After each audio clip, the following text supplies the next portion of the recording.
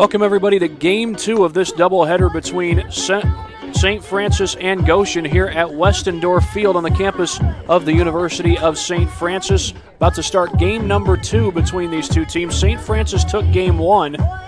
Final score there was 7-6. Here's a look at the lineup for Goshen College. They will start off with Madison Matthews, the leadoff hitter. She'll be followed by Jessica Bachtel. Batting third is Emily Cummings. Batting fourth is Ree Catalis. Batting 11th is Leah Herman. Batting 24th is Catherine Boyer. And batting 6th is Sandra Rodriguez. She'll be followed by Raina Moraga, Taylor Sutliff. And doing the catching tonight and not hitting is Jalen Ruffinact.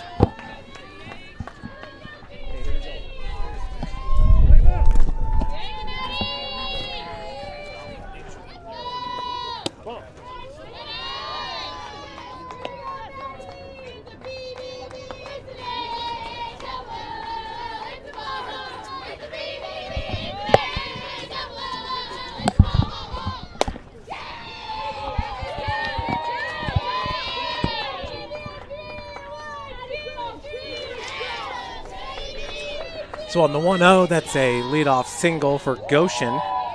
Number 38, it's Madison Matthews. That'll bring up to the plate number 7, the shortstop, Jessica Bechtel. She'll take that first pitch upstairs for ball 1. Lady Cougars winning game number 1 here against Goshen. It was 7-6 your score. My name is Jeff Mahoney taking over for Thad Goff. Did a great job. That ball just foul in left field. 1-1's your count. Pulling a little double duty today. Had our final spring football practice of the season. Spring ball game tomorrow. So Thad will be giving you the doubleheader for the Lady Cougars. Tomorrow, that pitch. This is low. 2-1 your count.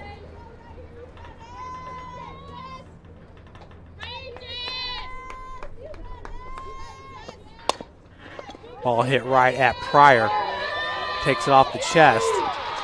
And safe at first will be Bechtel on an E4.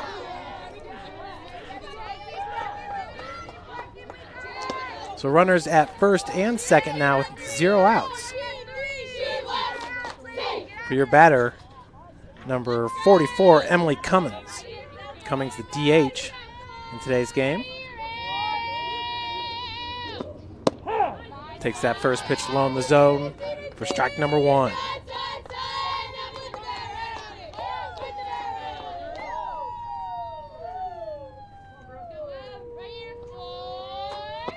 It's Brooke Heron in the circle for St. Francis up in this count 0-2.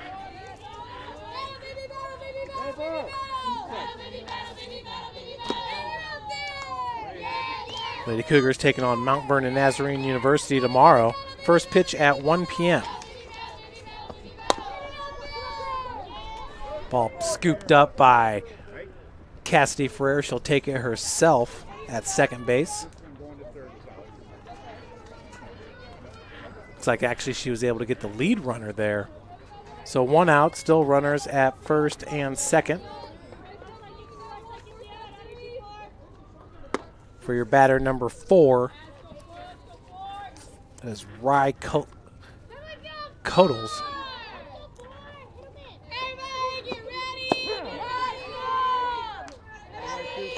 Pitch right at the knees for strike 1.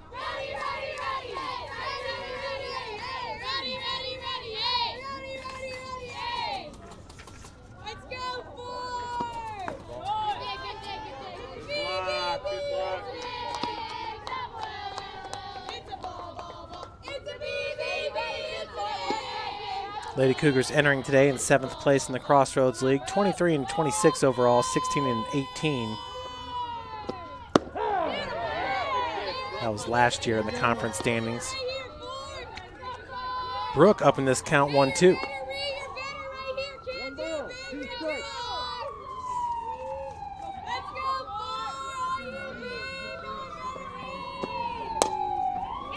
Slow roller over to Tucker, steps on third to get the force out, and that's going to be the double play by Taylor Tucker. Gets the Lady Cougars out of a jam here in the top of the first. We'll head to the bottom of the first. Lady Cougars coming to bat.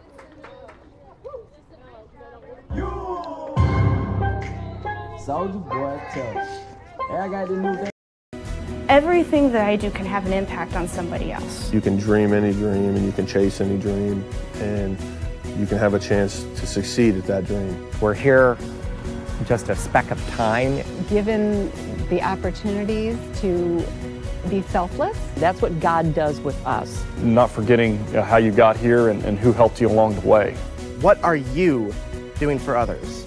Those to whom much has been given, much is expected. Parkview Sports Medicine is an integrated sports medicine team.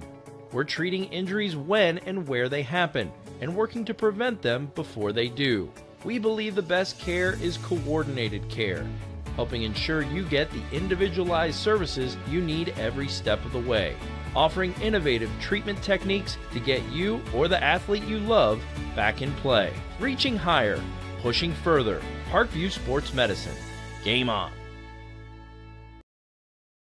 I got me some baby. Welcome back, everybody, here in the bottom of the first inning. Brianna Pryor going to lead it off. Bree was 1 for 1 in game number 1 with a walk and 2 hit by a pitch. On deck for the Lady Cougars, it's going to be Elandra Schaefer, then Lizzie Meyer, the starting center fielder.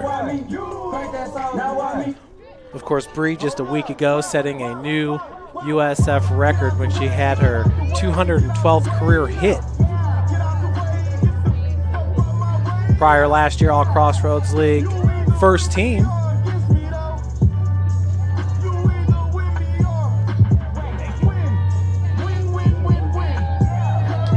Lady Cougars entering today, ranked number 6 in the Crossroads League with a team .303 batting average. Lizzie Meyer, who is in the hole, ranks number 4 in the Crossroads League with a .429 BA. Bree up in this count 1-0 after the ball in the dirt. Pryor and Lizzie Meyer, seniors here for the Cougars. What a great career for both players. Perfect pitch there, 1-1 your count. Your pitcher for Goshen is number 8, Reina Moraga.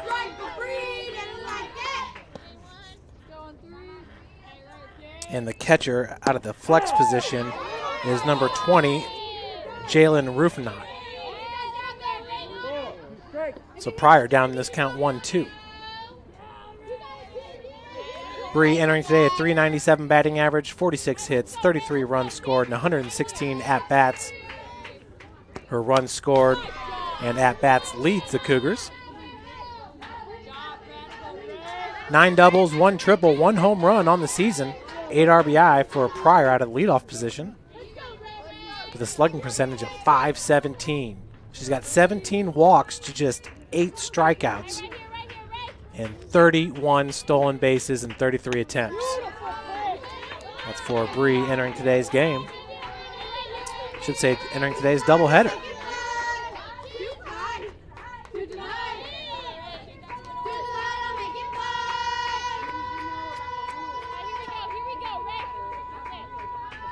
Bree currently ranks number 3 in the Crossroads League with a 31 stolen bases. That one ripped right up the gut for a leadoff single for Brianna Pryor. That'll bring up Elandra Schaefer. Schaefer, a true freshman for the Cougs, designated player here in game number 2. Elandra entering today with a .292 batting average, 28 hits, 16 runs scored, 96 at-bats. She's got 3 triples on the season, which is a team high. 1 home run, 12 RBI, 11 walks, 16 strikeouts. And she's 9 for 9 in stolen base attempts. First pitch just catches the outside corner for strike number 1.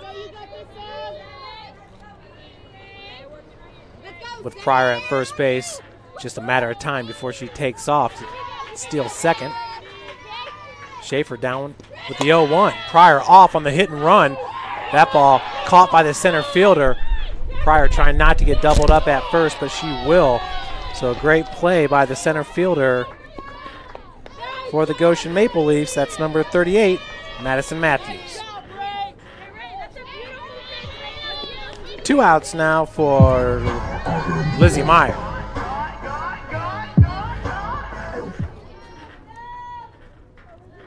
Meyer once again a team best .429 batting average. 48 hits, 23 runs scored, and 112 at-bats. Takes that first pitch for a strike. The off-speed pitch falling right into the zone. She's got 27 RBI, which is a team best. 6 walks, 4 strikeouts, and she's 21 for 22 in stolen base attempts. Meyer, that one hit into center field. Matthews goes back deep to get it for out number 3. So we'll head to the top of the second. Still scoreless here from Westendorf Field. The Chapel Project is the most important building that has ever been built or ever will be built on this campus. It's in the heart of the campus, it's on Mirror Lake, and the chapel and the Bass Mansion will be able to communicate with each other architecturally.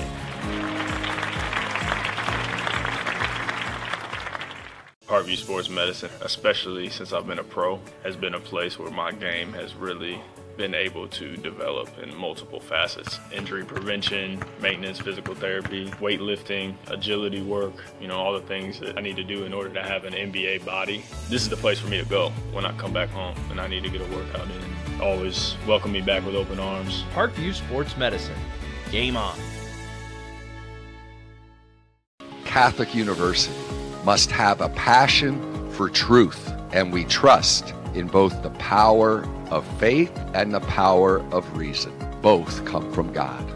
May God bless this university as it continues to pursue truth on the wings of faith and reason.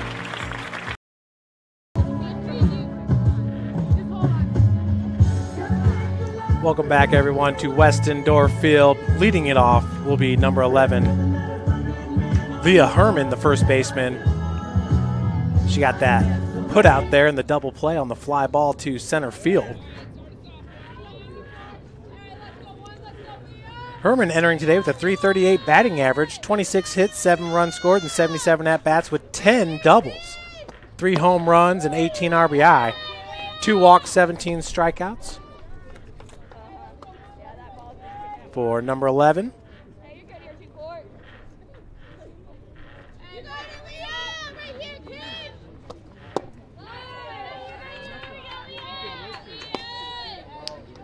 Goshen's coached by Julia Claire Plesbert in her first season.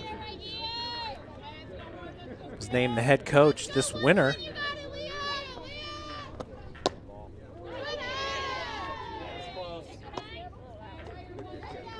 (2-1) your count now to Herman. Herman, a sophomore, plays first base, third base, and pitches. She's 5'11" from Corona, California. Went to Santiago High School. Ball hit into left field. Making the grab is Maddie Schwartz for out number 1. It's going to bring up number 24, Catherine Boyer.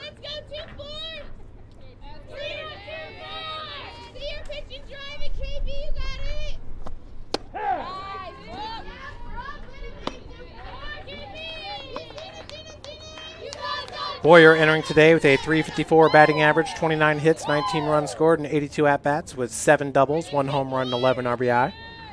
8 walks, 10 strikeouts on the season. Checks that one low for ball 1.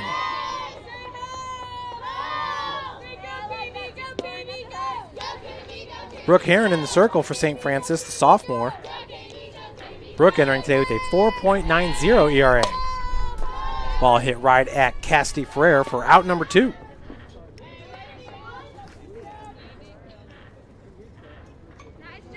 That'll bring up number 27, the right fielder,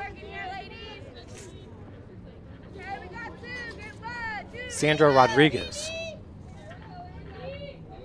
Rodriguez, a .342 batting average, 25 hits, 13 runs scored, and 73 at-bats, 4 doubles, 1 home run, and 3 RBI. Ferrer fires it over to Mollenkopf for out number 3. We head to the bottom of the second, still scoreless here at Westendorf Field.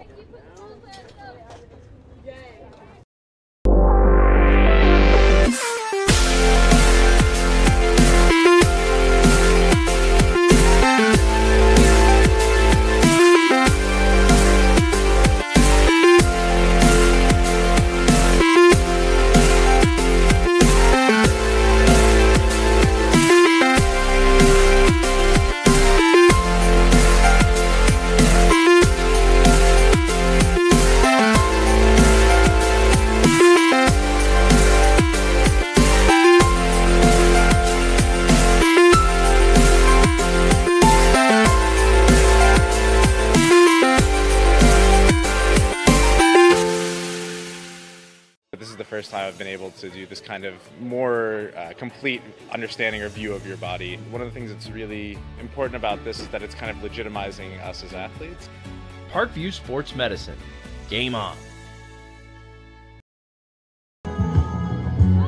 Once again, folks, in the circle, it's number 8, Reina Morega, the sophomore pitcher, 5'2", from San Diego, California. Hilltop High School. Entering today a 7.28 ERA, 3-5 record. In 41 innings pitched, she's given up 65 hits, 50 runs, 43 of those earned, 27 walks, 20 strikeouts. Opposing batters are hitting .357 against number 8, Morega. Your batter is number 12, Taylor Tucker, the starting third baseman. That first pitch right at the knees for strike number 1. Taylor entering today a .280 batting average, 26 hits, 19 runs scored, and 93 at-bats. She's got 3 home runs, which is a team best, and 13 RBI. 9 walks, 13 strikeouts, and she's 9 for 10 in stolen base attempts. Down in this count 0-2 after the foul ball against the fence.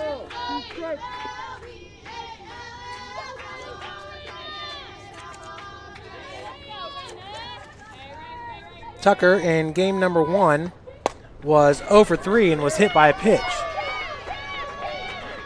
That'll be a leadoff single into left center field for the Lady Cougars, their second hit of the game. That'll bring up number 11, the sophomore Cassidy Ferrer, starting shortstop. Cassidy entering today with a .307 batting average, 31 hits, 13 runs scored, and 101 at-bats. 6 doubles, 1 triple, 1 home run, 23 RBI. 4 walks, 10 strikeouts, and she's a perfect 3 for 3 in stolen base attempts. Sophomore from Westfield, Indiana, lays down the bunt. That was played nicely by the starting first baseman, Leah Herman. Cassidy getting the job done, though, advancing Tucker over to second. That'll bring up number 15, Jade Mollenkopf.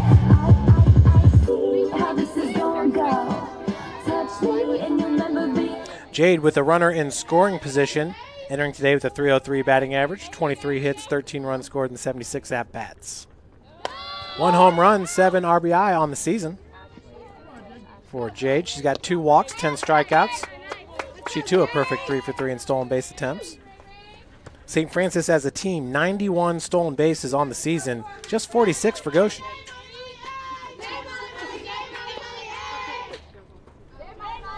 The 0-1, that one will skip in the dirt.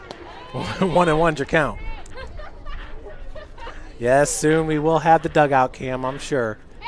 We'll have to get it going for the fans at home so they can see how much fun we're having here in the Lady Cougar dugout. The 1-1, swing and a miss. Fastball upstairs.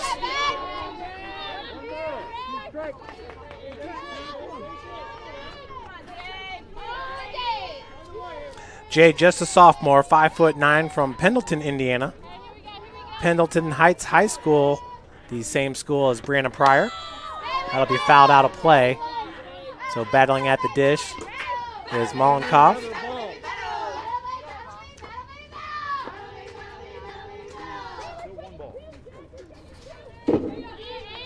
Morgan Carroll getting the start, the freshman pitcher in game number 1, a 7-6 victory for St. Francis. Lady Cougars now stringing together 2 straight wins. Entering today coming off a win against Grace, 8-7 in 9 innings. Goshen coming off a 10-1 win at Huntington. They lost game 1, 5-10. 2-2 your count. Lady Cougars starting off the Crossroads League plays. That ball's hit right down the right field line. Coming home to score is going to be Taylor Tucker. The go-ahead run. Lady Cougars up 1-0 on the RBI single by Jade Mollenkoff.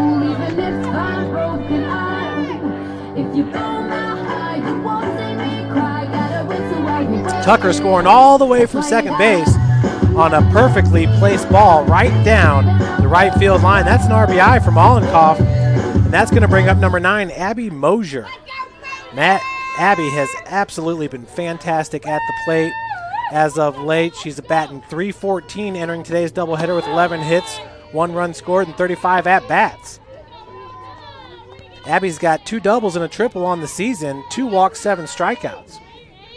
Down in this count, 0-1. Mosier, a junior catcher. That ball going to drop right in front of the second baseman. Good flip over to short for out number 2. So Mosier is safe on the fielder's choice.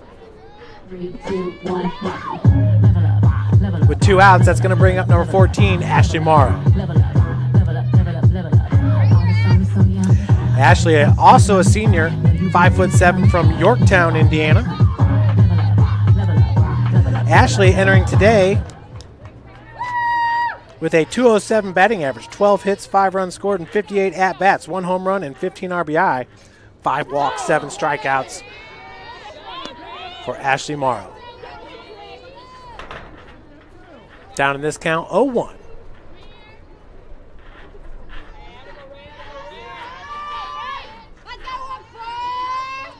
With Mosier at first. Morrow's going to take that one on the inside corner. 0-2's the count.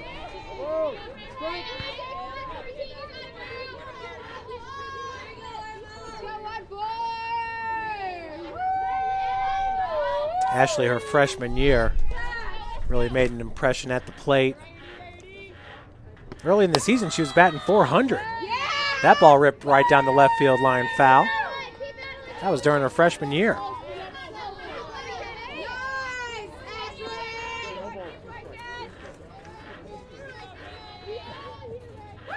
Morrow starting right fielder, game number 2. Goshen right fielder really hugging the right field line. Swing and a miss. Lady Cougars, they'll get 1 on the board as we head to the top of the 3rd. 1-0, St. Francis on top. The Chapel Project is the most important building that has ever been built or ever will be built on this campus. It's in the heart of the campus, it's on Mirror Lake, and the chapel and the Bass Mansion will be able to communicate with each other architecturally.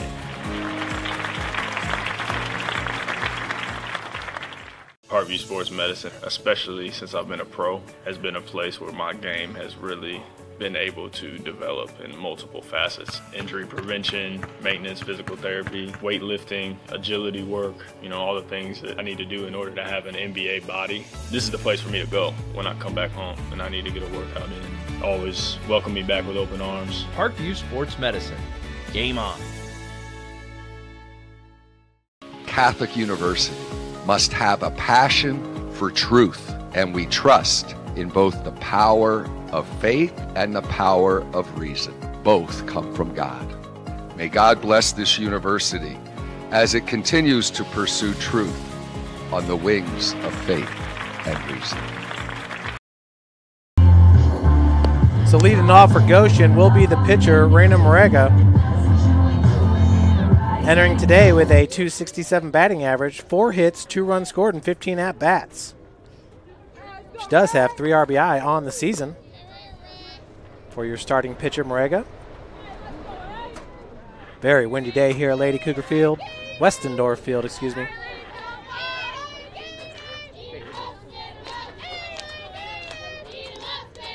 Brooke Heron went 1-2-3 there in the top of the second.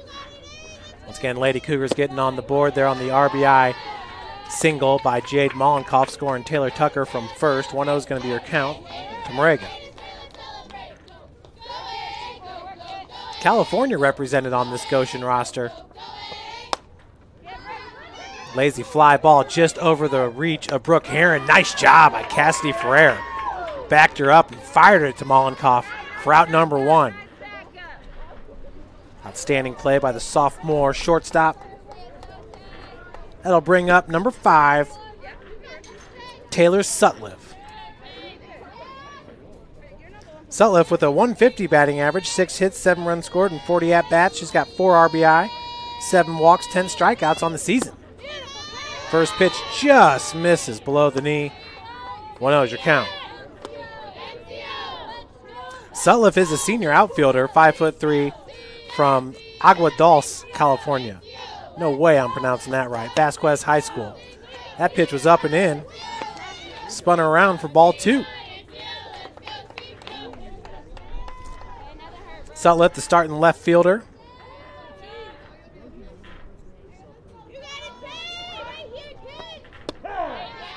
Beautiful pitch by Heron.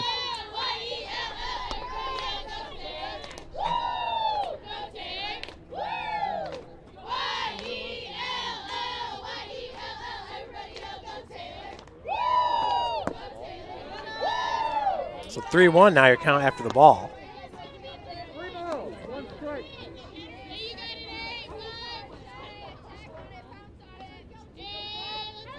One out here at Westendorf Field.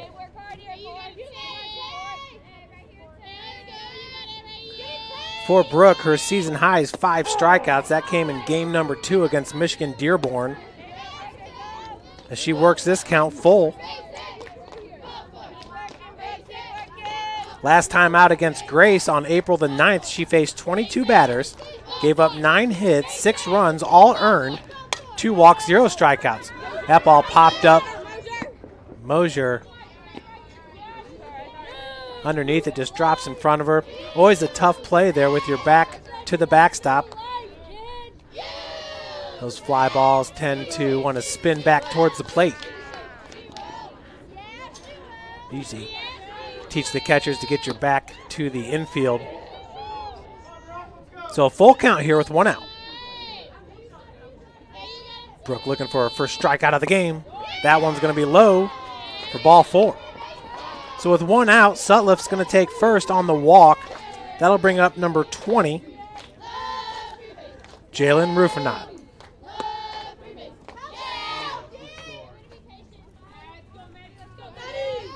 Rufinot with a .333 batting average entering today, just 1 hit and 3 at-bats. Getting a chance to make an impression here. 1-0 is your count.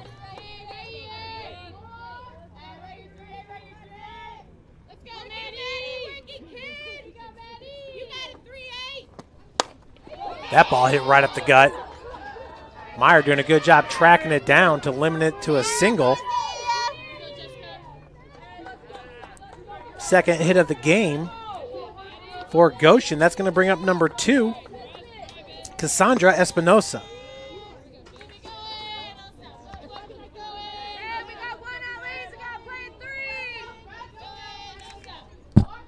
Excuse me, it's number 7, Jessica Bechtel.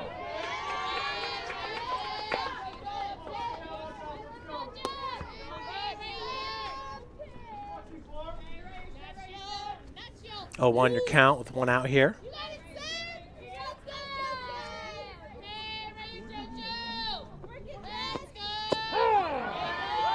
Bechtel's a freshman from Chula Vista, California.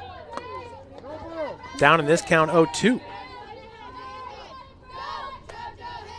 Entering today, a .406 batting average, 41 hits, 21 runs scored, and 100. and 1 ABs. 2 outs now. Advancing to second base is Sutliff.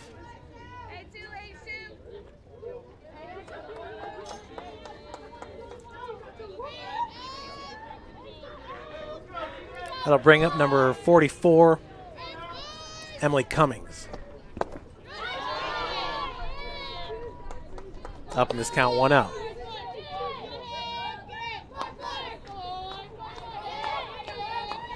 Cummings, a team best 474 batting average with 46 hits, 21 runs scored, 97 at-bats. An outstanding start to the season. Takes that for strike number 1. Counts evened up at 1 apiece.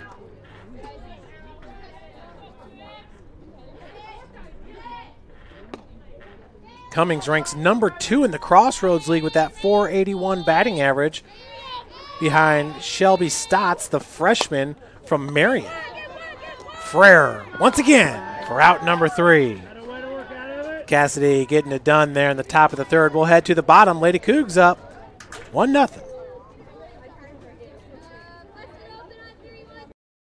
Everything that I do can have an impact on somebody else. You can dream any dream and you can chase any dream and you can have a chance to succeed at that dream. We're here just a speck of time. Given the opportunities to be selfless. That's what God does with us. Not forgetting how you got here and who helped you along the way. What are you doing for others? Those to whom much has been given, much is expected. Parkview Sports Medicine is an integrated sports medicine team.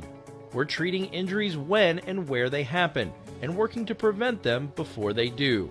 We believe the best care is coordinated care, helping ensure you get the individualized services you need every step of the way, offering innovative treatment techniques to get you or the athlete you love back in play. Reaching higher, pushing further. Parkview Sports Medicine.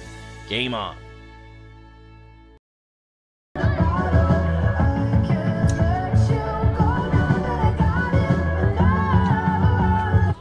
So here in the bottom of the 3rd, it's going to be starting left fielder Maddie Schwartz to lead it off.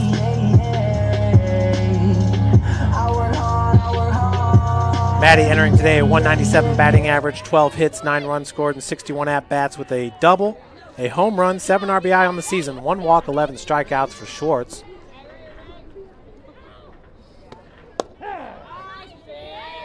So take that first pitch low and inside for strike 1.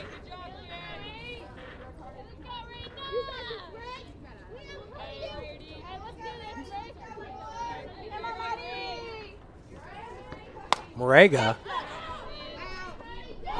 here in the 3rd inning facing the 9th batter of the game. So that'll be caught for out number 1.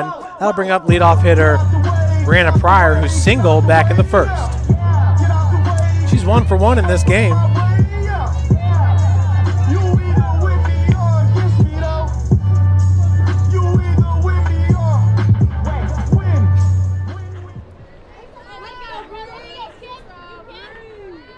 For Morega, this will be the 10th batter faced in this game, as Pryor takes that one low and outside for a called first strike. Pryor got down in the count 0-2. We got heavy winds here, and they are blowing straight out to center field. 1-1 your count.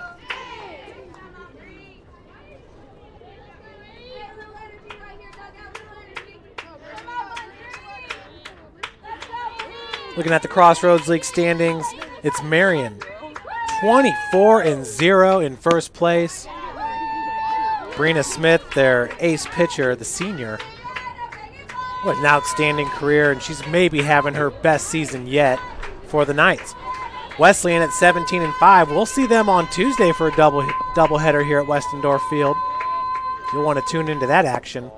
Good eye by Bree at the plate. That one's low and outside. 3-1 your count. Pryor was off and running on the hit and run back in the 1st as Schaefer flew out to center field. Pryor doubled up at first. Off-speed pitch falls in. A beautiful pitch by Morega. Full count. Taylor University in third place with a 15-6 record. Mount Vernon Naz 11-7.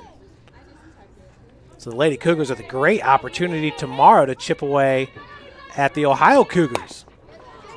Slow roller over to the shortstop, comes up firing. Good play by number 7, Jessica Bechtel, for out number 2. With 2 outs, that brings up the freshman, Alondra Schaefer. Schaefer once again flew out to center field in her first at-bat. Goshen College 8-11, St. Francis 8-12. Entering today's doubleheader, so Lady Cougars get 1 win up on Goshen. St. Francis now pretty much fixed in the number 5 spot in the Crossroads League standings.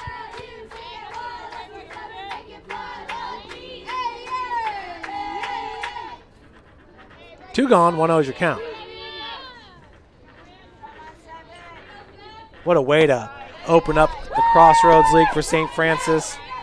It was Indiana Wesleyan, Marion, Mount Vernon Naz, and Taylor, the 4 toughest teams, as Lady Cougars opened up the season 0-8 in Crossroads League play.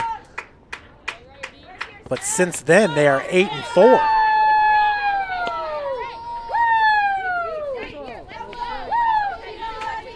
Looking to make a strong push here down the stretch in the CL. Schaefer up in this count 3-0. Taken all the way there for strike 1.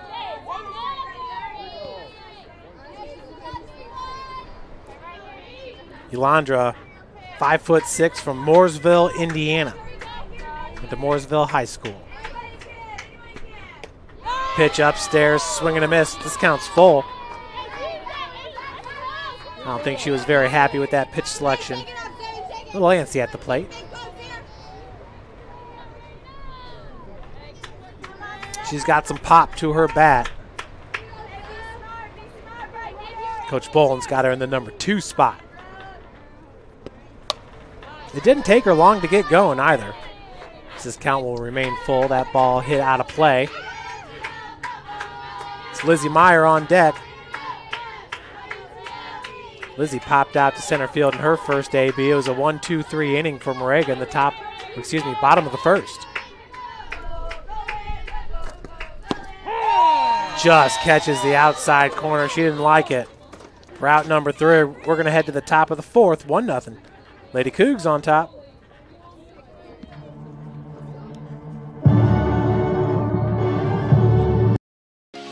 The Chapel Project is the most important building that has ever been built or ever will be built on this campus. It's in the heart of the campus, it's on Mirror Lake, and the chapel and the Bass Mansion will be able to communicate with each other architecturally.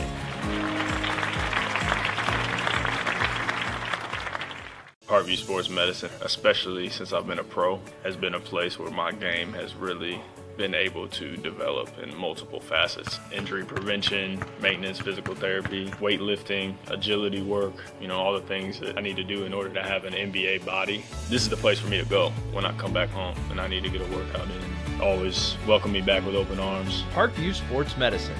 Game on.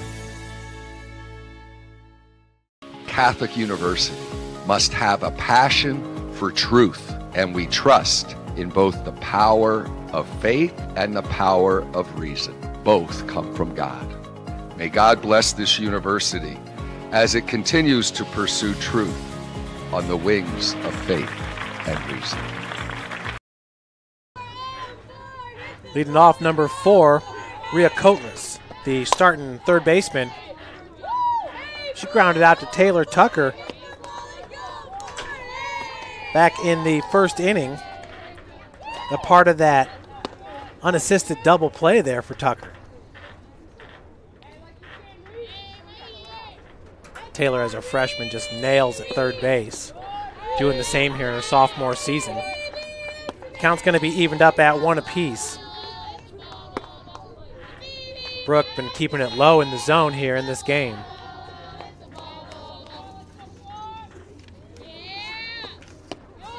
High and outside, good snag by Mosier. 2-1 your count.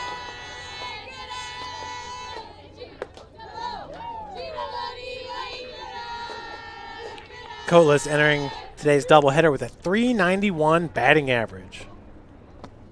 Maple Leafs can swing it. They got a team batting average of .329. Counts evened up at 2 apiece.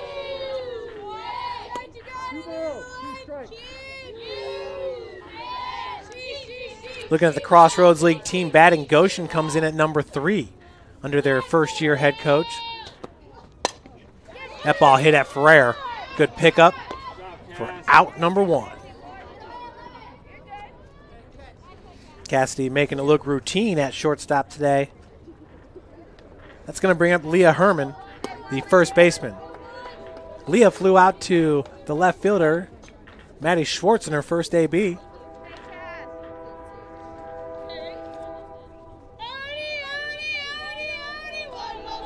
Plesbert, the head coach, is a Indiana Tech grad right here in Fort Wayne. 1-0 is your count. Herman once again stands 5'11". They got some height on this Goshen team. That ball lazy fly into shallow right field. Morrow underneath it. Route number 2. You can hear that wind picking up. Once again, the gust blowing straight out to center field. 2 gone for Catherine Boyer. Popped out to shortstop Cassidy Ferrer in her first at-bat.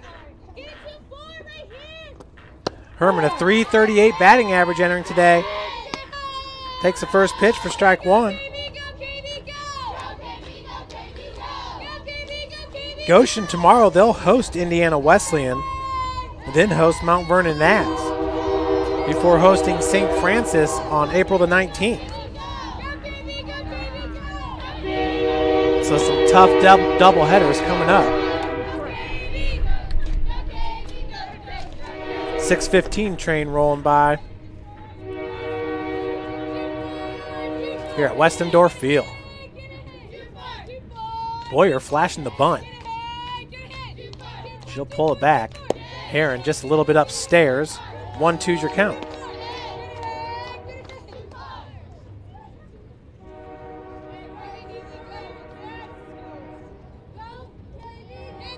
So once again, back on February the 2nd, this was in Illinois at Rosemont. Schwartz underneath it for out number 3. We'll head to the bottom of the 4th, 1-0, St. Francis.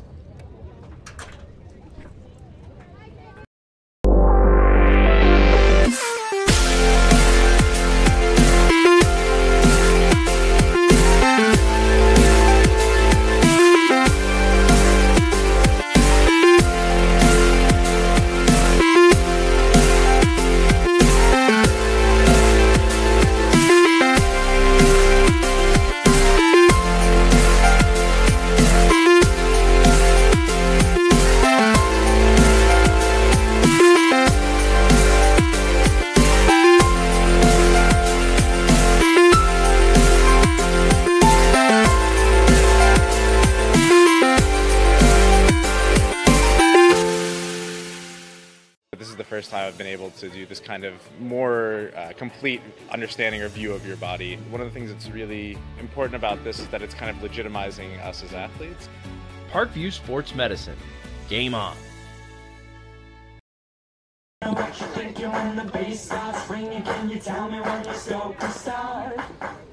Welcome back, everyone. Leading off is going to be the center fielder, Lizzie Meyer.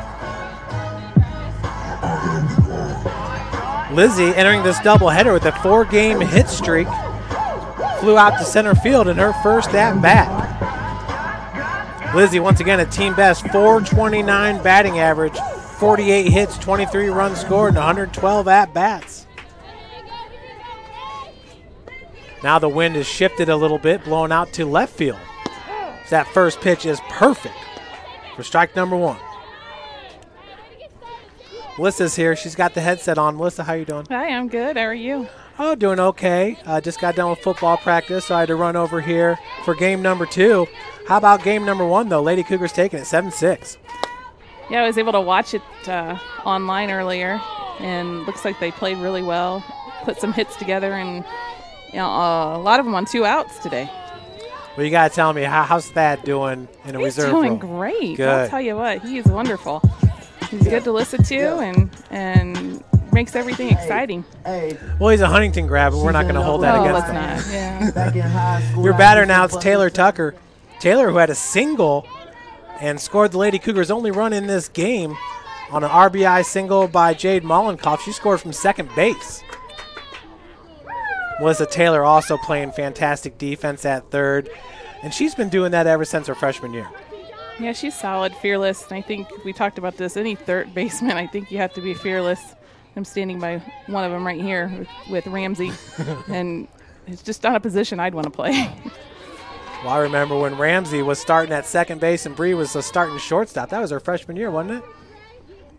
So 1-1 is your count here. So it's springtime, but I imagine the bowling house is as hectic as ever. Yep, left work today, went and picked up Brody from track, took him home, changed his clothes. We headed back to Fort Wayne for basketball. He'll play in Indy tomorrow, and then we'll play baseball for him on Sunday. Yeah, so he'll go against some of the top basketball players. His squad, the Norwell Middle School team, the 8th graders, boy, are they good. Yeah, they are. They'll go up against the Spiece Indy Heat, and it's just a collection of some of the best players, but they stick together. It's really got to help with the continuity. Yeah, tomorrow he's playing with a team called Indiana Elite. I guess they're out of Fishers or Noblesville area, and that's what he'll be playing with for the summer. So, okay, switching it up a little bit. Switching it up. A couple kids from Norwell, a couple from Leo, a couple from DeKalb. Sounds like they got some shooters. Yes, so they do. Full count, 1 out here to Tucker. Good eye. She checks that one upstairs. 1 out. Runner at first base is going to bring up Cassidy Ferrer. Cass has been flawless out in the field in this game. Cassidy grounded out to the first baseman in her first AB. It was actually a bunt attempt where she was moving Tucker over to second base. So she got Taylor in scoring position, and then the next batter, Jade, knocked her in. You know, for Brody, I think he took first place in the shot put, did I see? Shot and discus both, yeah. And then he's a part of the 4x100-meter relay team? What's going on? It was kind of a joke at our house. We said, really? There's like 144 kids on our Norwell Middle School team, boys and girls. That's excellent. And we really joked about it, and we said, really, out of all those kids, you couldn't find one other kid that's faster than you? And apparently the coaches have told us he's like the 3rd fastest kid to run the 100. That's excellent. Obviously, Brody, probably one of the bigger kids in the school. Yeah, probably, especially for his height and weight. But 140 runners in middle school, that's outstanding. Yeah, Norwell does an amazing job of getting their middle school students involved in something. Swimmers, I think at one point there was 100 and some swimmers. And it's 6th through 8th grade, but it's just unreal to think of. I think there was 40 kids that went out for the basketball team, or 30, just for the boys' 8th grade team. So smart, though. You know, in today's age where everybody's focusing on one sport, you know, Brody's been swimming track as Tucker is off, and she'll get second on the stolen base. So with 2 outs, Taylor Tucker now at second. Your batter is Jade Mollenkoff. So a similar situation to what we saw there in the bottom of the second.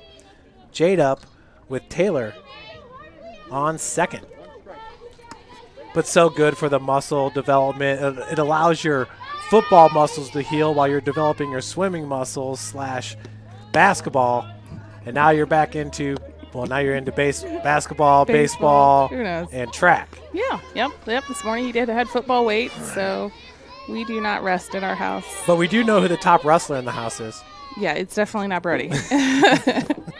We've had people ask, Brody should wrestle. I go, listen, Brody's a wimp. He cries as soon as somebody threw him down on the mat. Good eye by Jade up there. That ball upstairs. 2-1 is your count. Well, Lady Cougars starting off 0-8 in the Crossroads League, obviously taking on the top 4 teams. But since then, an 8-4 record, and now working themselves into 5th place. That ball hit right down the right field line. And that'll be a catch for out number 3. We'll head to the top of the 5th. We'll be right back with you with more Lady Cougar softball. Everything that I do can have an impact on somebody else. You can dream any dream and you can chase any dream, and you can have a chance to succeed at that dream. We're here just a speck of time. Given the opportunities to be selfless. That's what God does with us. Not forgetting how you got here and who helped you along the way. What are you doing for others? Those to whom much has been given, much is expected. Parkview Sports Medicine is an integrated sports medicine team. We're treating injuries when and where they happen and working to prevent them before they do. We believe the best care is coordinated care, helping ensure you get the individualized services you need every step of the way, offering innovative treatment techniques to get you or the athlete you love back in play. Reaching higher, pushing further. Parkview Sports Medicine. Game on. 1-0 Lady Cougars on top here at Westendorf Field. Leading off for Goshen is going to be Sandra Rodriguez, the right fielder, Reina Morega, the pitcher, and Taylor Sutliff. First 3 batters. In her first at-bat, Rodriguez grounded out to Ferrer at shortstop. So yeah, once again, Lady Cougars winning 6 in a row, sweeping Spring Arbor, Bethel, and Grace. I think the Cougars are definitely capable. Yeah, they're young. We have a couple of seniors, actually 4 seniors playing on the field, but they fought a lot, but we haven't been in situations where they've put a lot of hits together at the same time, and I think that's what's hurt us on some of those games we should have won. Pitch out to Schwartz in left field for out number 1. Well, now you see the freshman Alondra Schaefer moved up to the number 2 spot. She's got a lot of pop in her bat. Kind of reminds you of Lizzie and Bree. But yeah, always tough. Then you throw Marion back in there. We'll see Wesleyan on Tuesday, and Mount Vernon has a big doubleheader tomorrow for Lady Cougars. Yeah, I think the Cougars are seeking revenge definitely tomorrow. 2 games that they thought they shouldn't have lost when they went out there. Scores may not have been as close as what they wanted them to be, but definitely capable of picking up a couple again tomorrow. Goshen picks up their 3rd hit of the game on that lazy liner out into right field. Absolutely, Lady Cougars opened up Crossroads League play at Mount Vernon as, lost it 9-8 in 8 innings, then 5-9 in game number 2. Yeah, that overtime game or extra inning game, they really thought they should have had it. Things just didn't go the way that they went. Obviously, they should have went, but nonetheless, I think the Cougars definitely should be in contention tomorrow to maybe pick up at least 1, if not a pair.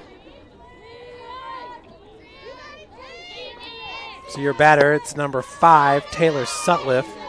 Taylor walked in her first at-bat. That was back in the 3rd. Up in this count, 1-0. Field looks great. We did have rain earlier today. Not as bad as what we thought it was going to be. Ooh, beautiful pitch right on the inside corner. We're evened up at 1 apiece. I think the field's to the point where it actually could take a little rain, but this time of year, if you hear rain, you've got to put a tarp on. You can see like out on the sidelines over here, the grass is different color because of the tarp. It's kind of wild. It's softball, collegiate softball in Indiana. Right when the weather starts getting good, your season's over with. Yep. Any spring sport in college, at least at the NAIA level, seems like that's how it is. Off-speed pitch hit over to Tucker for out number 2. So with 2 outs, that'll bring to the plate Jalen Rufinet. Coach Bolden's going to come out to talk to the sophomore hurler. Goshen with a first-year coach. She said she just got hired in January. Oh, that's a short turnaround. Julia Claire Plesbert. She is a Indiana Tech graduate. Okay. That is definitely a short turnaround. I remember when Ryan took the job, and it was June or July or something, and I think he still felt like he was in a panic mode. So I can't imagine what January would be like. Well, he likes to tell me that story. Coach D hired him. Yep. The head football coach was the AD at the time. He was. I think his interview is out on the bleachers at the football field. Perfect place to have That's right. Wasn't over here at Deer Park? I can't say anything about that. First pitch is a swing and a miss. 0-1's your count. Yeah, the Cougar football team is going to wrap up spring ball with their spring game tomorrow at 12 p.m. So that'll be Thad's last broadcast with the Lady Cougars. Great. Well, they're sure glad that he's been around, and I'm really glad you're broadcasting tomorrow since I'll be in Noblesville watching basketball.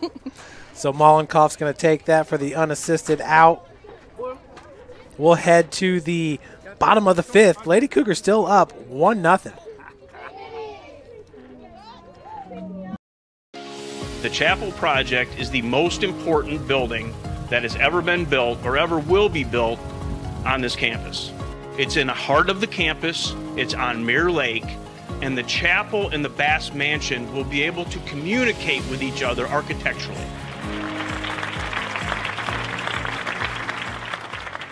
Parkview Sports Medicine, especially since I've been a pro, has been a place where my game has really been able to develop in multiple facets. Injury prevention, maintenance, physical therapy, weightlifting, agility work, all the things that I need to do in order to have an NBA body. This is the place for me to go when I come back home and I need to get a workout in. Always welcome me back with open arms. Parkview Sports Medicine.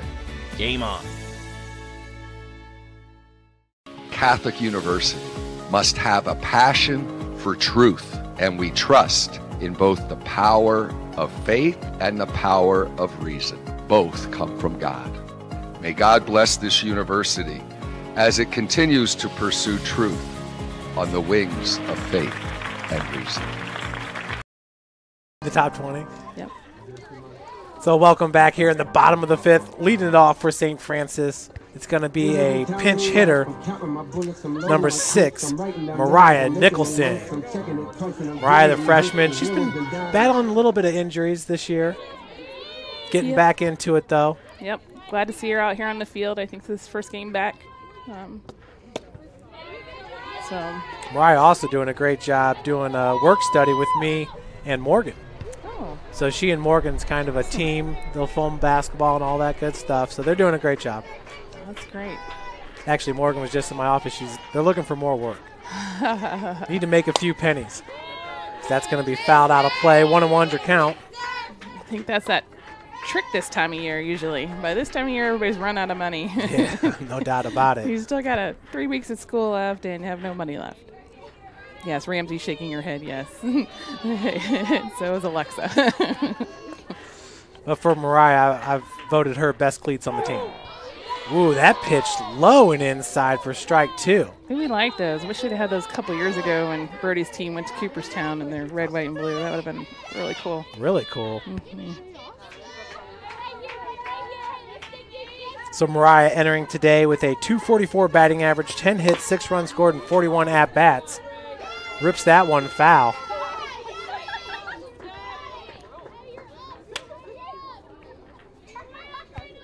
Coach Bolin really pulling a lot of players from the center of the state.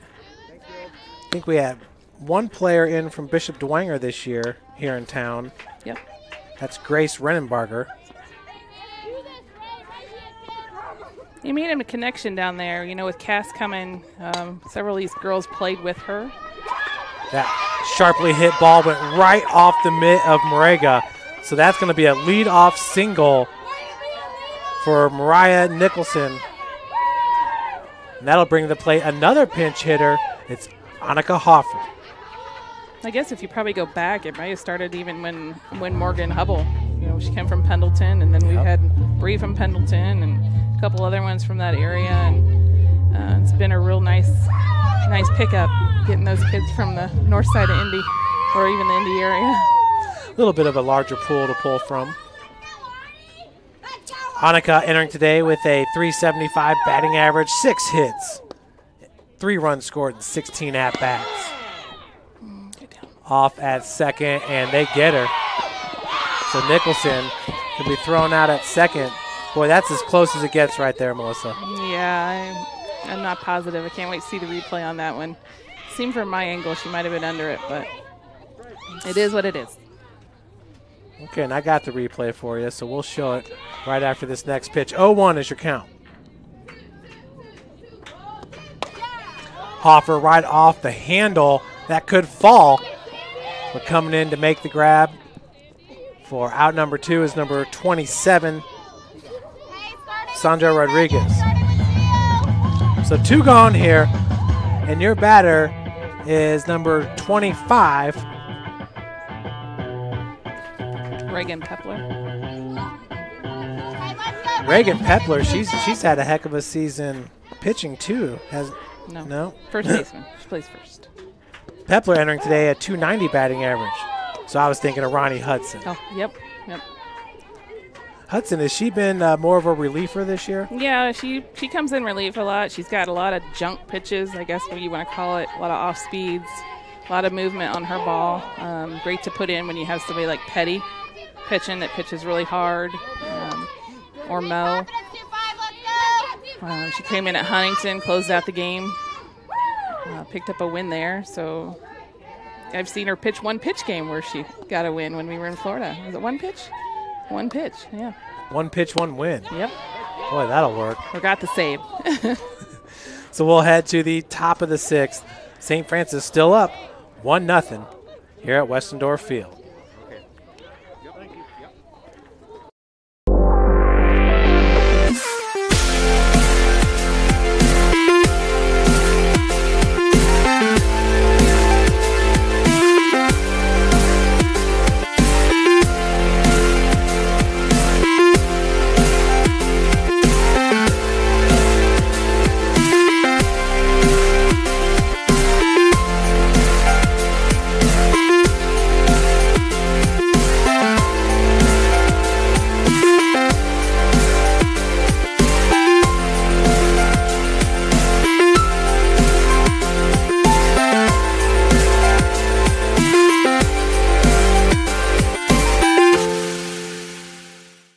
First time I've been able to do this kind of more complete understanding or view of your body. One of the things that's really important about this is that it's kind of legitimizing us as athletes.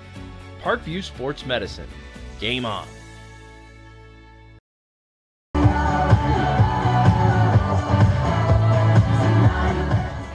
So leading off is going to be number 7, Jessica Bechtel.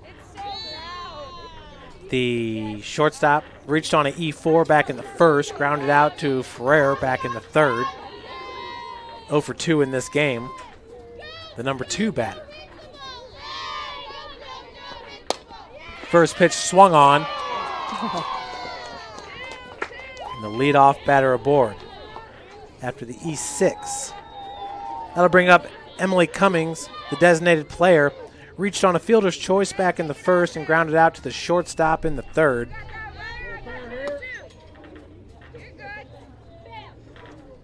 For Cummings. She's a junior from Ararat, North Carolina. Well, you look at Goshen's roster, not too many players from Indiana on the squad. So 0 outs now, runners at first and second. I always think it's interesting. You see a player that comes from California, North Carolina, and they're coming to Indiana to play softball. Yeah, it's kind of wild. I mean, California I get, but not so much North Carolina. You know, those warm weather states, they get to play baseball all year round. Colas 0 for 2 in this game, lays down the bunt. Tucker's going to have to go to first with it on the hit and run. So runners at second and third now with 1 out on the sacrifice by Colas. And that's going to bring up Leah Herman. She's 0 for 2 in this game. Flew out to left field and flew out to right field.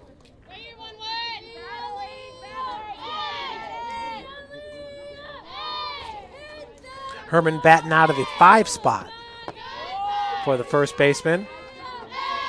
Good eye at the plate. 1-0 is your count.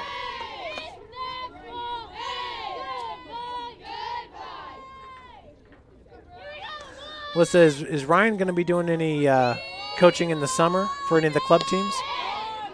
He's actually going to be coaching 10U baseball for Reed. Oh, excellent. For about the last six years, he's coached Brody, and this will be the first summer he hasn't coached him for baseball. So, but no softball. And you said Brody's still playing first base and pitching a little bit? First base, third base, and then he pitches. So. How's Norwell's baseball team going to look in his freshman year? We got a lot of freshmen, or will be freshmen next year, but they have 11 juniors right now on the varsity team. Oh, wow. Yeah. I think they only lose 4 seniors. So look out for the Knights next year. Yeah. Yep. 2-2 now your count to Leah Herman. So do you see a situation where he starts specializing in a sport, or do you think throughout high school you want to keep him in as much as possible? From what he says, he'd really like to play 3 and stay with 3. And you said football, basketball, and baseball? And baseball. You know, we're talking, you know, he really likes track, and so we don't know what'll end up happening next spring, you know, whether he could fit a sport in part-time or not, or if he just says, I'm done with one or the other. Yeah, and I would think that track would be the part-time thing, and Sure. obviously that'd be up to the coach. Yep. Well, actually, both coaches, really. Yep. So we'll see. He's really enjoyed throwing and made great strides at it, and trying to track down a couple middle school records. So we'll see what happens here. He's put a lot of pressure on himself to do so. Well, you talked about the participation there at Norwell. How's their wrestling program looking? Maybe quite a few kids. John Johnson at Norwell is their coach. He's the varsity coach and the junior high coach. He's really tried to build that program back up, and the numbers are really strong, even all the way down to the club level. The club level, I think there were 45 kids in club. So Herman's going to draw the walk. We have bases loaded for Catherine Boyer, starting second baseman.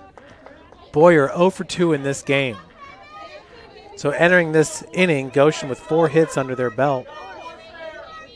Well, in the Fort Wayne area, the wrestling numbers are really down. Yeah. You can hardly field a varsity team.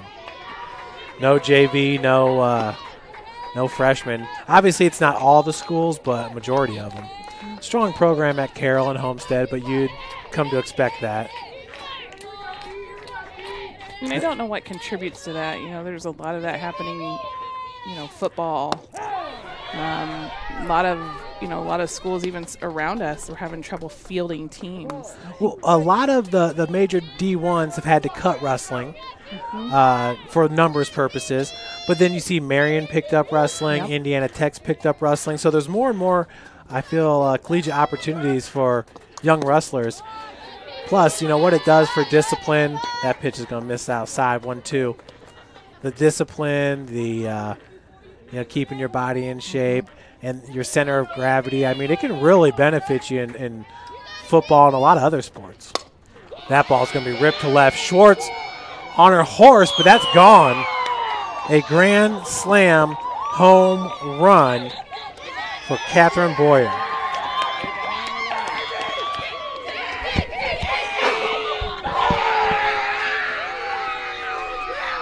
Well, I got to say, with the wind, I felt like it was a matter of time before we saw a home run in this game. Yeah, I would agree. Figured today at least you'd see one, and that was a pretty big one. Yeah, for Boyer, number 24, that's going to be our second home run of the season. So it's Coatless who leads Goshen with 4 home runs. Ronnie. It's like Coach Boland's going to go with a pitching change here, and number 2, Ronnie, will be coming in to pitch. We'll go over a few of her stats. But Ronnie, once again, may not have the fastest of fastballs, but like you said, a lot of movement. And, you saw that with Greg Maddox, the career he had in Atlanta. Obviously, I'm dating myself again, but that's okay. You know, he didn't overpower anybody, but he was year in, year out the best pitcher in the league because he could control where that ball went. And once again, the movement. Dane Hoffman for the baseball team, a lot of movement on his pitches. But looking at Ronnie, she enters with a 1.88 ERA, which is a team best here for the Lady Cougars. 2-1 record on the season, 1 save, and 22.1 innings pitched. She's given up 24 hits, 7 runs, only 6 of those earned. 2 walks, 8 strikeouts. Opposing hitters are batting .270 against Hudson, and that's second best on the team. Caitlin Augsburger, the opposing hitters are batting .265 against her. So last time out for Ronnie was against Grace. She faced 12 batters, gave up 2 hits, 0 runs, had 3 strikeouts and 0 walks. It's not a bad. Seems like she's getting stronger and stronger as the season goes on. Yeah, I think so, and I think she's kind of been a little bit of a surprise for coaches. I mean, not saying that wrong way, but somebody that they've been able to rely on to close out a game when they haven't been able to, you know, get a little bit of consistency here and there. Well, we'll see. Hopefully she can keep runners off bases today in the last couple innings, and the Cougs can go back and hit. Hudson stands 5'5", the righty from Clayton, Indiana, Cascade High School. That first pitch will be a strike. Your batter, Sandra Rodriguez, the right fielder, she's 0 for 2 in this game.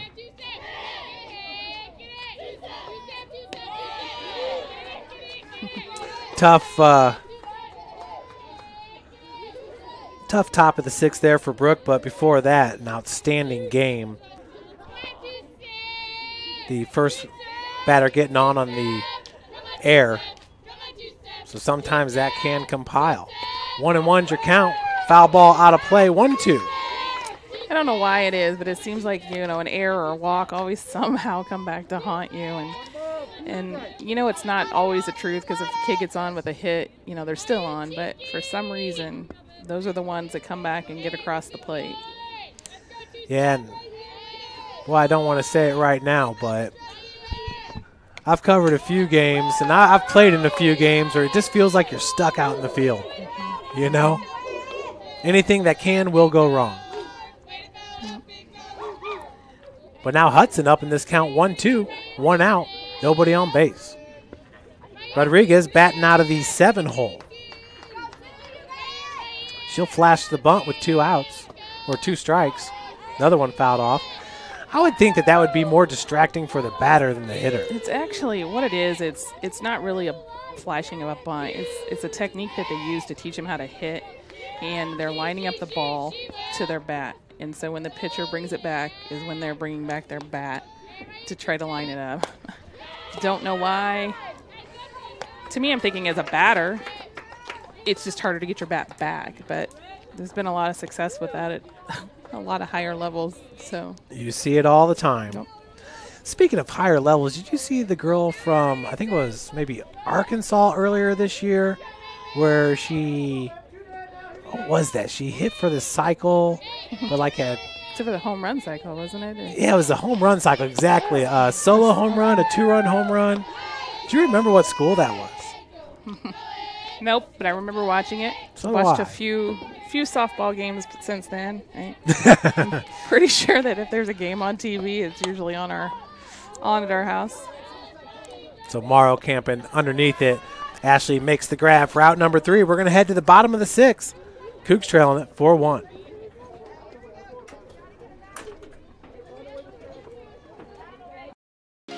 The Chapel Project is the most important building that has ever been built or ever will be built on this campus.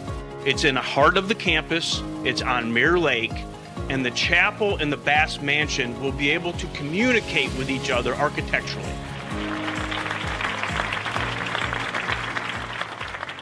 Parkview Sports Medicine, especially since I've been a pro, has been a place where my game has really been able to develop in multiple facets. Injury prevention, maintenance, physical therapy, weightlifting, agility work, all the things that I need to do in order to have an NBA body. This is the place for me to go when I come back home and I need to get a workout in. Always welcome me back with open arms. Parkview Sports Medicine.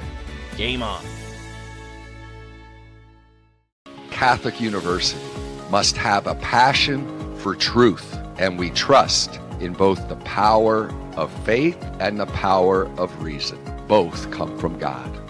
May God bless this university as it continues to pursue truth on the wings of faith and reason. Here in the bottom of the 6th inning for the Lady Cougars, it's going to be Brianna Pryor, the leadoff batter, Schaefer and Meyer. So Lady Cougars looking to put together a rally here in the bottom of the 4th. Yeah, I talked to Coach Bowen about the dugout cam. Everybody seems to be up for it. What do you think, Melissa? Well, it sure would be very entertaining, that's for sure. 100%. Rega, the pitcher, is going to miss low and outside for ball 1. Pryor singled back in the 1st, grounded out to the shortstop in the 3rd. She's 1 for 2 here in the bottom of the 6th.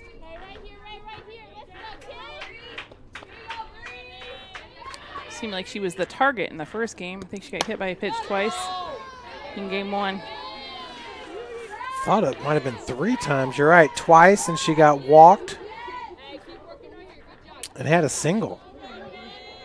So 1 for 1 with a perfect on-base percentage. It's 1 for 1 in this count. Looks at that ball in the dirt, 2-1 now. What a special moment for Bree last Friday. Yeah, that was pretty exciting. I just keep thinking and going back to the fact that she missed 10 games last year, but and that really threw off the start of her season. I think so too. It's hard to get in a groove when everybody else has already played, 10 games and you haven't. But she sure has had a remarkable career here at St. Francis. Well, obviously, a career leader in stolen bases. That happened last year, passing Kumpfmiller. And then this year, breaking the career hits record. I'm just wondering, is there another record that maybe we're forgetting about? There very well could be, and I know she's close to some other ones, and don't ask me what they are. I've listened, but I know there are a few that she is definitely close to. So 1 up, 1 down after the fly ball. That'll bring up Alondra Schaefer.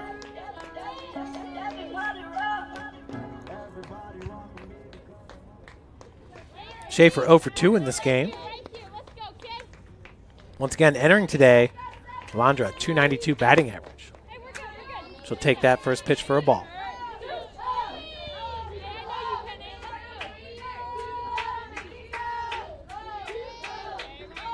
Yeah, we'll see from this angle if you can really tell on the Mariah Nicholson stolen base attempt. That'll be called a strike. We're going to take a look at it right here. Pulled back. Ooh, I don't know, folks. I don't know about that one. Looks like she was on top of the bag by the time the tag went down. Yep. Woo. That was a hopper back to the catcher. Saw Javier Baez hit one of those last week. Off the ground. Golfing it. Golfed it. Hit it, got a single. When I was playing, sometimes you swing at those high ones, you tomahawk it. Some of those were the hardest hit balls I think I ever had on the tomahawk. But hitting it off the ground, yeah, I'll save that for the golf course. What is that, cricket? Exactly. Bounce it in. That's big in the Caribbean. 2-2's your count to Schaefer. She'll slap that one into left field. And a good job charging in by the left fielder for Goshen, Sutliff, for out number 2. That's going to bring to the plate Lizzie Meyer. Lizzie last year going throughout the whole season without an error in center field. And obviously, she's getting plenty of attempts out there. This year, really doing it at the plate. She's number 3 in the Crossroads League with a .429 batting average. Lizzie, yeah, definitely. Even last year, she hit really well. Yeah. It seemed like, especially when we needed her to hit a lot of extra base hits. She has that speed on the bases too that helps. And the ball comes off her bat really well. Yeah, she and Bree are ranked nationally in stolen base attempts and steals. Looking at last year for Lizzie, team best .352 batting average. That's with against players with more than 42 at-bats. Once again, we talk about the start of the season Maddie Schwartz had, and that is going to be a single for Lizzie Meyer. It was a good attempt by the shortstop for the Maple Leafs, Bechtel. Did a good job knocking it down, just couldn't get back up in time for the throw. That's going to bring up Taylor Tucker. The Cougars have been pretty good at 2-0, at least in game one there, or 2 outs, I should say. Game one they were, so hopefully we get something going here. Get a couple of those runs back. Well, Taylor's 1 for 1 in this game with a walk. She's got the only run scored for St. Francis. The fastball is a swing and a miss. I love it, though. That was a great pitch to swing at there, right at the numbers. Now the winds seem to have died down a little bit. Not getting that 40-mile-an-hour gust coming through here. Somebody needs to tell the wind that it's our home field. That's right. That's right. Oh, there you go. See that flag going Okay, up? good. It's picking up a little bit. 0-2 is your count for the sophomore, Taylor Tucker. Taylor out of Oxford, Indiana, Benton Central High School. That ball, Morega, that'll be right off the top of her mitt. Meyer's going to take third, so some heads-up running there by the senior Lizzie Meyer. That's why you never give up on a play. Nope, you can't. Just keep going. Especially with this wind. I mean, you might look at it like, oh, that's an error, but it's not easy the way this wind is just swirling around. You got the wind in your face, the sun in your eyes. I mean, it's just not a given at this point. It's going to bring up Cassidy Ferrer. 0 for 2 in this game. Great opportunity as the tying runs at the plate. Cassidy with 1 home run, 23 RBI on the season. I saw that happen in a Major League Baseball game the other day. Ball hit to center field and the player tagged up and actually scored from second to home because this center fielder was just being lazy with the ball. Just good heads-up baseball. So with the stolen base, is Tucker at second. 1-0 is your count to Ferrer. Cassidy drills that one into left. That's going to be a roller all the way to the fence. 2 runs are going to come home to score on a 2 RBI double for Cassidy Ferrer. Lady Cougars now down by 1. That's some clutch hitting right there. That's what we talked about. Those Cougars don't give up. They fight. And they're finally finding a way to put a couple hits together, even with 2 outs. Well, now we got an interesting situation here because Mollenkoff back in the second had an RBI single scoring Taylor Tucker from second base. Now we have Ferrer at second, and she's the tying run. We like to keep it exciting here at Westendorf Field. You betcha. Jay's one of those kids, too, that's really found a role. She basically got behind 2 seniors last year and didn't get a lot of playing time and has stepped up and said that, I really want to play, and she's shown it, and she's been great. Well, Jade entering today with a .303 batting average. She put together a 4 for 4 performance back on March the 23rd in game number 2 at Wesleyan. She had 4 RBI and a home run in that game. Not a bad team to step up against. No, and that's another team that the Cougars thought they, should have at least got a win out of and let one go late in the innings. This ball's drilled into left field, and that could be, it falls right at the bottom of the fence. Coming home to score is Ferrer to tie this game up at 4 on the RBI double by Jade Mollenkoff. That's her 2nd RBI of the game. Well, the bats are coming alive here in in the bottom of the 6th.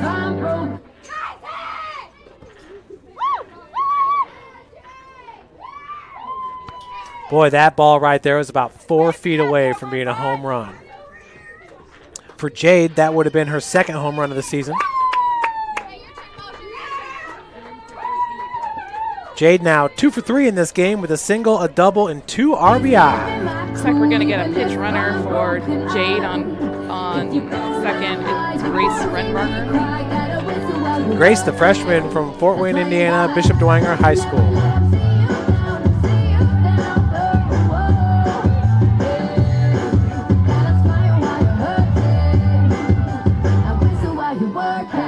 Abby, in her first at-bat, reached first base on a fielder's choice. Once again, Mosier entering today at .314 batting average.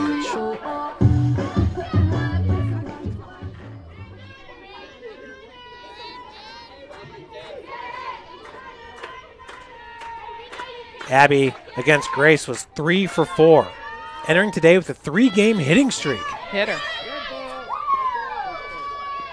So Mosier gets hit, and the runner's going to have to go back to second base. Runners at first and second now. It's like you said, that seemed to be the theme in game number 1.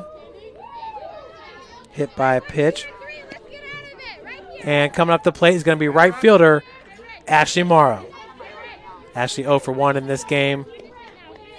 I don't know if you guys can see that off the screen. Coach Bolin giving her some sort of pep talk. I'm not sure what that was, but we'll see if it works. Great opportunity here for the right fielder, Ashley Morrow. Ashley, a senior, 5'7". First pitch, perfect for strike number 1.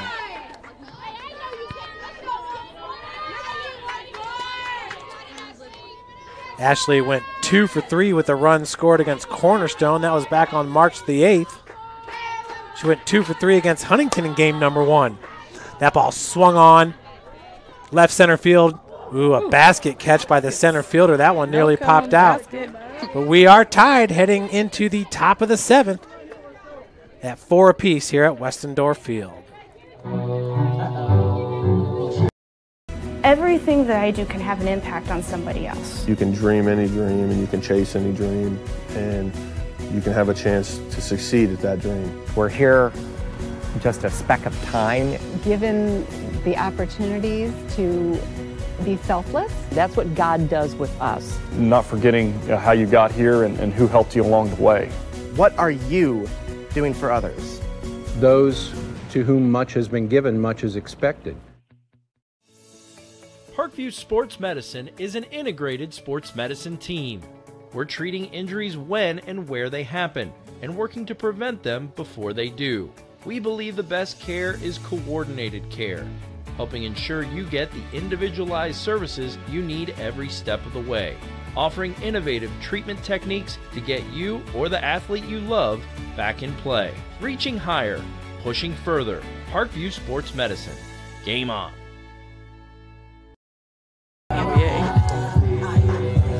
Talking some Notre Dame women's basketball. It seems like Muffet McGraw has taken over for the late Tennessee coach, Pat Summit. She was pretty vocal last week, or the last couple of weeks here with the national championship tournament, really advocating for women, and I think she maybe feels that that voice was missing, and she was going to be that voice. So that first pitch upstairs for Taylor Sutliff. 1-0's your count. Once again, back in the 6th inning, it was a Catherine Boyer grand slam. That was a nice catch for out number 1. Grand slam that gave Goshen the lead at 4-1. Lady Cougars scoring 3 runs in the bottom of the 6th. Meyer, Tucker, and Ferrer to tie this game up. That's going to bring to the plate Jalen Rufinet. Ball hit right off the fence. Morrow doing a good job of tracking it down. Is going to limit her to a single. Ashley's got a good eye out there in right field. She does get a really good jump off the ball. Good read. And that wind, I don't know if it had went that far without that wind. It was a nice hard hit. And you're right, the wind pointing that direction. That's going to bring up the leadoff batter, Madison Matthews.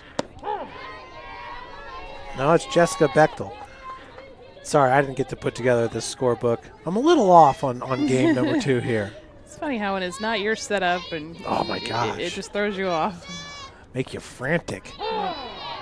Beautiful pitch for strike number 2. We're creatures of habit. No matter what anybody says, that's how we are. So Ronnie Hudson coming in on relief of Brooke Heron. She is dealing up 0-2. That ball going to be chased after by Mollenkoff, and she has it with the basket catch. That's out number 2. I'll tell you what, Lady Cougars really coming alive here, acting like they want to take this W and get the sweep. Absolutely. They're hungry, and they just want to win. And like you said, they just keep fighting. And it's really shown, you know, close games like this on defense, they really are fighting for the ball. That'll bring up Emily Cummings, number 44. Check swing strike. Not sure if she got a piece of that or not. As it popped out of Mosier's mitt.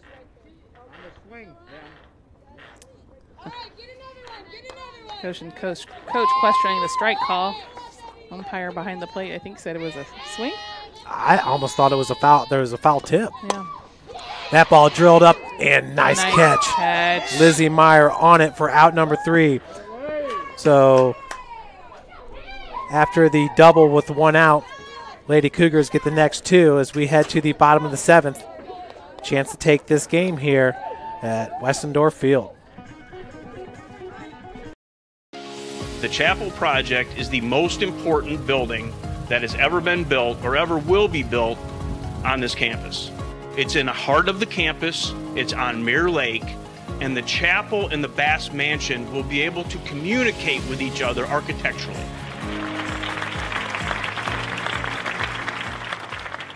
Parkview Sports Medicine, especially since I've been a pro, has been a place where my game has really been able to develop in multiple facets. Injury prevention, maintenance, physical therapy, weightlifting, agility work, you know, all the things that I need to do in order to have an NBA body. This is the place for me to go when I come back home and I need to get a workout in. Always welcome me back with open arms. Parkview Sports Medicine.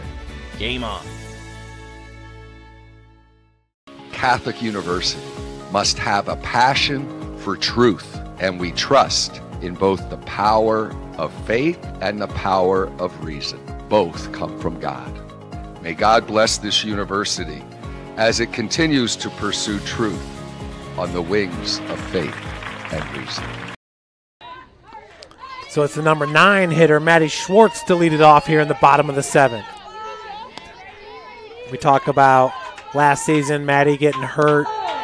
I think that was against Goshen, right? At Goshen? It was at Goshen, yep. At the time, she had a .452 batting average, which was best for St. Francis. Here in her senior season, 0-1's the count. We still got Morega, the starter, in there. Another one low for strike number 2. I believe the plate umpire has a little bit of a lower zone, strike zone. Pitch upstairs. And you see that with various umpires. As long as they're consistent. That's right. As long as they're consistent, or players can adjust. I mean, Here it is, 7th inning. By now we should at least understand where his strike zone's at.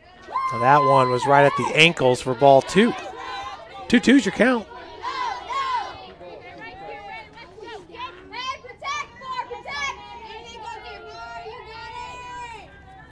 Maddie once again entering today a .197 batting average. That one popped up. Get out of play. Tough spot there. This is going to go right off the glove of number 24, Catherine Boyer. So you had 3 Lady Maple Leafs converging in on it. Boyer doing a good job catching up to it, just could not make the snag. They really thought she actually had that. I think it actually might have hit like towards her arm. I think she might have even overran it a little bit. Did, maybe off the heel. Palm, yeah. In the first game against Spring Arbor, Maddie was 2 for 4 with 2 runs scored and a double. That ball's ripped into left. Oh my. Coach Boland's not very happy about that. Call that one a foul ball.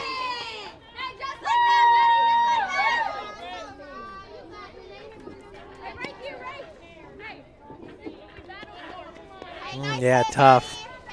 Looked like the third baseman almost got it in fair territory.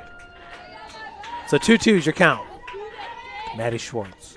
From the bottom of the 7th, tied up at 4. Off speed pitch goes upstairs. Full count. Maddie on the season, 1 walk to 11 strikeouts. She had a home run this year. 1 home run, 7 RBI for Schwartz. That ball drilled up the gut. So the leadoff batter aboard on the single by Maddie Schwartz. That's going to bring up Brianna Pryor. Pryor 1 for 3 in this game. Popped out in her last AB. That was back in the 6th.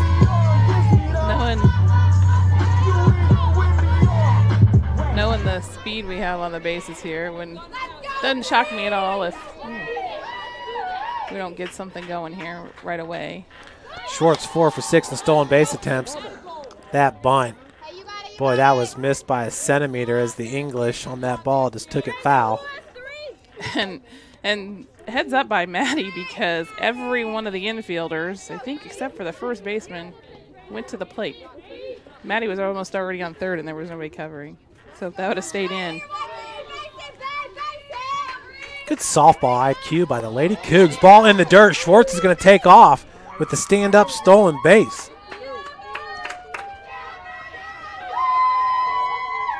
So you called it, Melissa. Now we have a runner in scoring position with 0 outs. Bases are 60 feet away. Small ball is a huge part of softball. Well, and Coach Boland's teams have always been amongst the Crossroads League leaders in stolen bases, or the MCC. He definitely likes small ball, that's for sure. But that wind really blowing out to right field now. Bree gets one in the air. It could go. She'll flash the bunt. That's foul. So 1-2 is your count.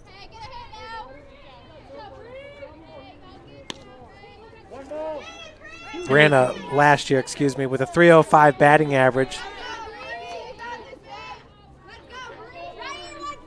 This year in her senior year, batting .397 entering today. Good eyes. That pitch is high and outside. Brianna, her freshman year, batted .419, .420 as a sophomore, .305 just a year ago. 2-2 is your count.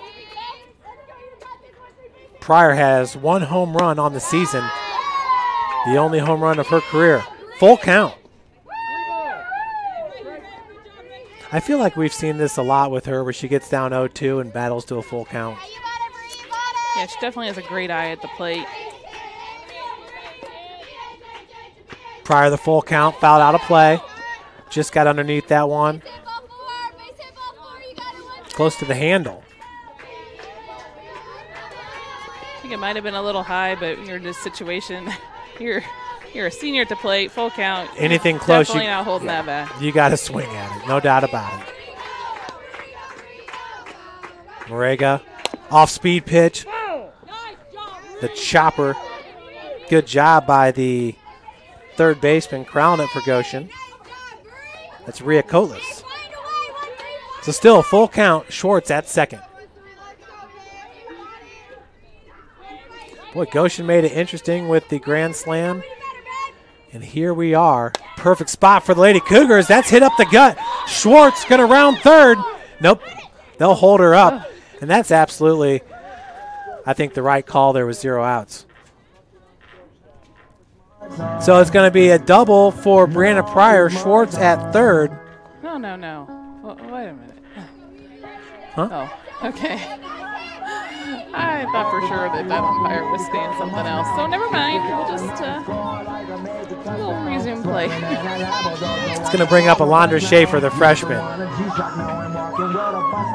Neat opportunity here for the freshman. Yeah, it is. And you know what? It was the right call. Much as Coach Bullen wanted to do that, it was definitely the right call. Oh, as far as holding Schwartz at third? Yep. I think so, too, just because there's 0 outs.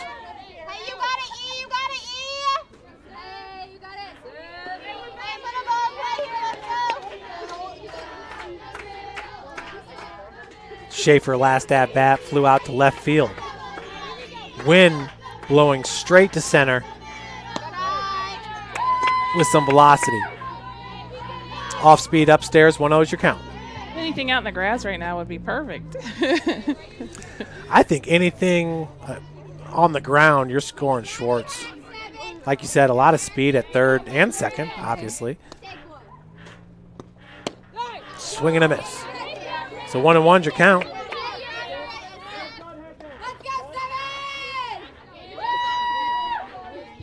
But once again, I talk about a neat opportunity. This could be a huge confidence builder here. Certainly could. Cougars really need to get this run across the plate here. There's a little momentum going into the weekend and next week. Would be great. Once again, tomorrow, first pitch 1 p.m. here at Westendorf Field. Lady Cougars against MBNU, Mount Vernon Nash University. Melissa, there's a lot of chatter that they're going to leave the Crossroads League. Ball low and outside, 2-2's your count. Really, and you know, that kind of surprises me a little bit, as much as they want it in. And how long have they been in now? You remember? As long as I've been here, they've been in. Okay. So since 2011. When I was in school, they weren't. I think what happened is a lot of their teams went Division II in their conference. Yeah, Walsh, Malone. That ball's foul and not going to be caught. So it'll stay at 2-2. Probably a smart play by the left fielder. I don't even know if she had a play on the ball, but I mean, if I did, I think I'd let it drop just for the chance of Schwartz trying to take home on the tag. Yeah, I think they're looking to join the River States, that Kentucky, Southern Indiana, Ohio Conference. Oh. Now, in that situation, maybe Siena Heights joining the Crossroads League. So that would put the CL at 10. That's going to drop. Oh, my gosh, the left fielder was playing in. And thankfully she came home with it because prior she had her dead to rights. They actually had a chance to double up Schwartz and Pryor right there. Schwartz got back to third pretty quickly, but Pryor was like on third. So just 1 out here for Lizzie Meyer. But no, to be honest with you, what a great play there by the left fielder, Sutliff. She was playing in. Actually, she's playing super shallow right now as the whole outfield is with the winning run at third base. Well, I think your philosophy probably is if it's that deep anyway that, you know, you're going to tag up. Yep. So good job there by the first-year coach from Goshen, getting her girls in the right position out in the field. Even the infield's playing in.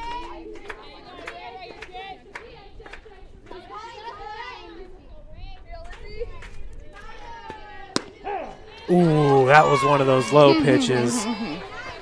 Low and outside. A little lower than the one we saw earlier even. I think so. 0-2's your count. Lizzie in a situation here, she's going to be swinging at any and everything. Ball up in the zone. That could be trouble. It falls. Schwartz going to come home. And she scores. Lady Cougars win it 5-4 to get the sweep over Goshen 2-0, winning game 1 7-6 for St. Francis, their third win in a row. So once again, I don't know if you could have placed that ball any perfect there with the outfield playing in. It was just over the glove of, I believe it was the shortstop. Yeah, it was a just perfectly spot ball. Schwartz even had to stay and tag. And as soon as she dropped it, she left and was able to get in without a close play at home. So the Lady Cougars once again taking game number 1 7-6, game number 2 5-4. Folks, once again, we'll have a doubleheader for you tomorrow, 1 p.m. first pitch against Mount Vernon Nash University. With the 2 wins today, St. Francis will increase its record to 10-12 in the Crossroads League, 19-18 overall. Goshen will fall to 8-13 in the Crossroads League, now 14-23 overall. So thanks so much for joining us here for today's doubleheader.